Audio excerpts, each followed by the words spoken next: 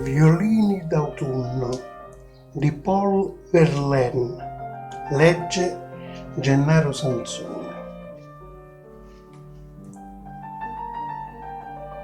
Singhiozzi lunghi dai violini dell'autunno mordono il cuore con monotono languore.